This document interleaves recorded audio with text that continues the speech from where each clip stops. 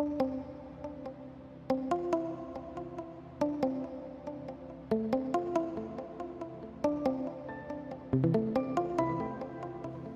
hi, how are you? Welcome back, friends.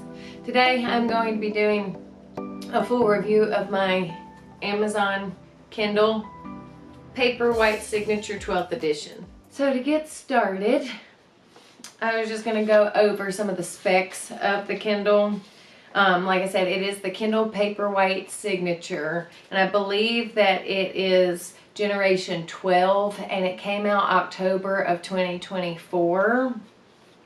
It has a 7-inch display, and it weighs about 7.5 ounces without a case or anything.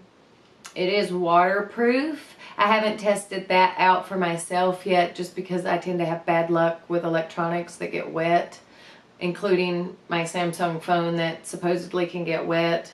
It has 300 pixels per inch, 32 gigabytes. It is USB-C or wireless charging capable. If you have a wireless charger, it will work with that. There are a lot of cases. I was reading that as long as it's thin enough, it'll still make a connection, so you don't even have to take the case off every time you do want to use your wireless charger. The new Signature Edition comes in 3 different colors. I got mine in the metallic raspberry, and I'll show it to you without the case on it too. It also comes in a metallic jade, which is a green color, and maybe I can put a picture or something right here. And it also comes in metallic black. Here it is, without the case on it. It's just a pretty shiny pink color. And then you could also get a pretty shiny green or black, depending on what you prefer. And overall, I paid, well, I guess it's listed as $199.99, and then if you do have Amazon Prime, you do get free shipping. If you don't have Amazon Prime, I do believe the shipping was $2.99, and that's within the United States. I also paid $14 worth of taxes, which brings my grand total of $213.99 just for the Kindle itself. And then I did go ahead and opt for a 2-year protection plan, which was $25.99 and $1.82 tax, which brings that total up to $27.81. So for the entire Kindle and a protection plan, I paid $241.80 from Amazon. The other thing, you can choose to have Kindle Unlimited with it when you buy it, and I think I got 3 months. The first 3 months I didn't have to pay for. So I won't have to pay the $11.99 for the Kindle Unlimited until November, because you can opt to get the Kindle Unlimited for 3 months when you buy it originally. And the Kindle Unlimited, like I said, is $11.99 a month. The first 3 months could be included. What Kindle Unlimited is basically Amazon's internal library. And I believe there's over 4 million different titles that you can get from the Kindle Unlimited. You can rent 20 books at a time, or borrow 20 books at a time, and then you can return them whenever you're done. You also don't have a time limit on returns, so if it takes you 3 months to read it, as long as your Kindle Unlimited subscription is active, then you can keep the book in your library and choose to return it whenever you want. Now I'll get into some of the things that I like about it and some of the dislikes that I have about it. So with the Paperwhite, it does look like a book screen. You can see the glare of my light there. But in the sun, I'll put a video clip of what I have it in the sun right here. It looks just like reading an actual book. So if you were to take this to the beach, or I don't know, kids' sports game, I don't know, anything that you would be doing outside, you wouldn't really need anything to like cover it to be able to read properly. There's no glare. I mean, like I said, it's wild how much it looks exactly like the page of a book. That's something that I do like about it. I also like the large selection of books that come with the Kindle Unlimited. I know that more has to do with like the service and not so much the Kindle itself. It also has a place where you can press on some of the words. Like if you press and hold the word, you can either highlight it or automatically a dictionary definition will come up.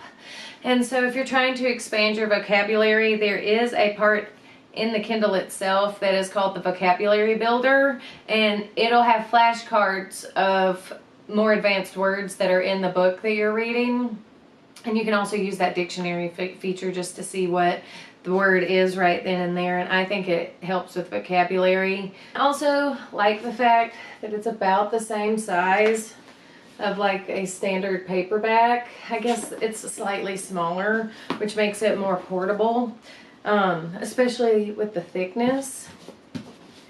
If you are an on-the-go reader or you like to travel with books, this is such a better option in my opinion, because not only are you not beholden to just one or two, you have an entire library, but it's not as chunky, and so you could easily just slip it in your bag on the go, and you wouldn't have to worry about taking up so much extra space or weight due to how much actual books weigh and how big they are, because I mean, this thing's a little tiny guy, you know? One of the other things I like about it is it does have adjustable light and warmth, so you can either make it really dark if you're trying to lighten it up if you're going to be out in the sun reading. You can also change the warmness, so you can make it like super yellow so there's like no blue light at all, or you can have all the blue light in the world that's not yellow at all, just depending on what your preference is and what the setting I guess you're reading in is too.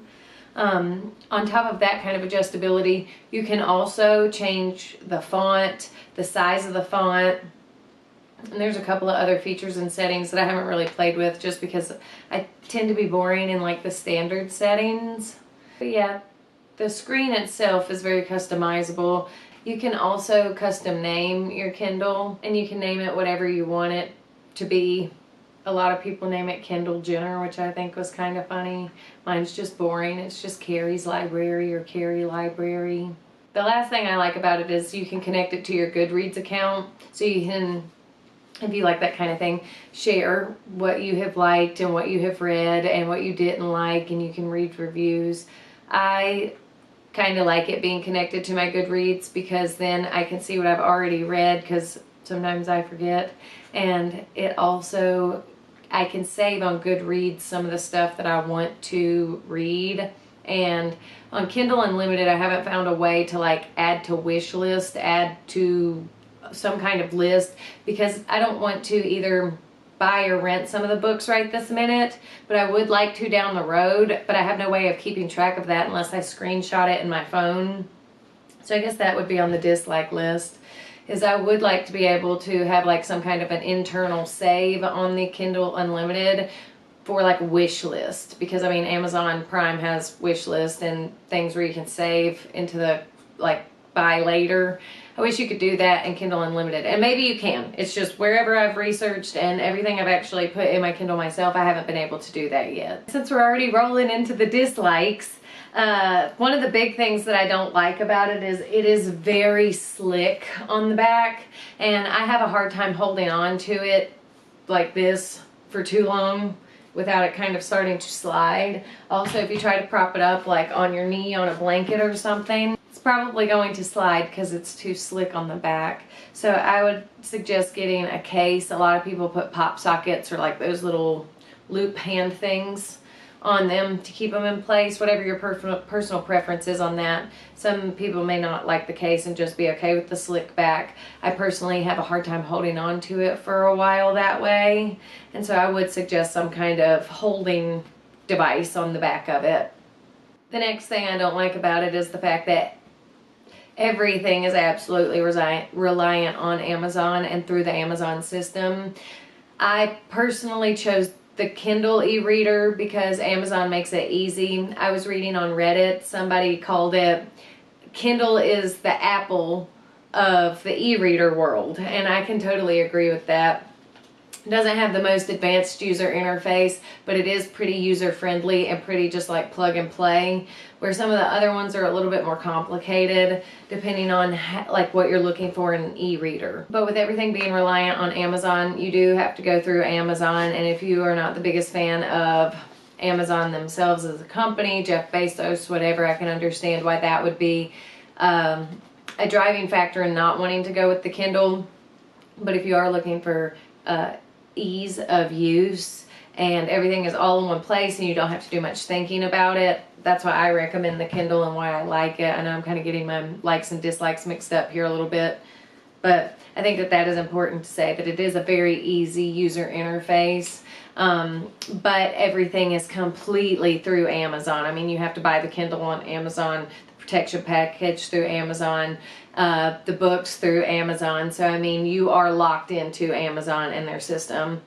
The other thing that I was a little disappointed about, and I've had it for about 3-ish weeks now, so I've done a test. One charge, they say, can last up to 12 weeks. And I'm assuming that is if it is on the absolute lowest bright setting and you barely look at it, because I read for a few hours every day. I would say like 1 to 3 at minimum. Sometimes I'll even be like in the 5-hour range. But I also use varying brightnesses. Like I don't keep it at the brightest setting all the time, and I usually like it pretty warm. I think I normally have brightness like set on 19, and if I get into bed to read it, since it's dark in our room, I will turn it down to 4. But usually the like orangeness, the yellow light setting, I always have it up around between like 16 and 20. So I would say that it's not on full blast all the time, but maybe it's because I have the screen open quite a bit. But they say it lasts up to 12 weeks. What I've really found is you can get like about 2 weeks out of it if you read it like I do for a few hours a day, every day, with varying brightnesses. One of the other things I like about it is you can look at different options on the bottom of the page where it'll tell you the page number, or you can change it to, come on, time left in chapter.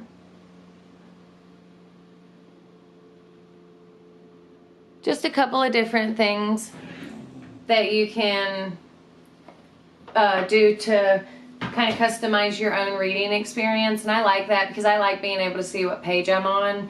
I don't really like the time to the end of the chapter, and I think it's just because I have like GPS syndrome with that, where it's like I have to beat that time instead of it just telling me like how much time I can anticipate being left in the chapter.